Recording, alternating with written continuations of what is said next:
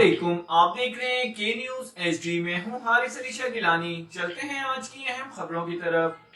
رخ کریں گے ساہیوال کا۔ ضلع ساہیوال کی سیاسی و انتخابی امور کے جائزہ اجلاس سے نائب امیر جماعت اسلامی پاکستان لیاقت بلوچ اور امیر صوبہ محمد جاوید قصوری خطاب کر رہے ہیں۔ اس موقع پر ڈاکٹر فرید احمد پراچا، زبیر احمد گوندل، نصر اللہ گورایا، بلال قدرت بٹ، وقاص احمد بٹ، چودھری محمد شوکت، کیسر شریف، شمس الدین امجد نے بھی اظہار خیال کیا۔ اجلاس میں امیر ضلع طیب محمود بلوچ، نامزد امیدواران قومی و صوبائی اسمبلی حلقہ خواتین، جے آئی یوتھ، جے آئی کسان اور جے آئی لیبر کے ذمہ داران بھی موجود تھے۔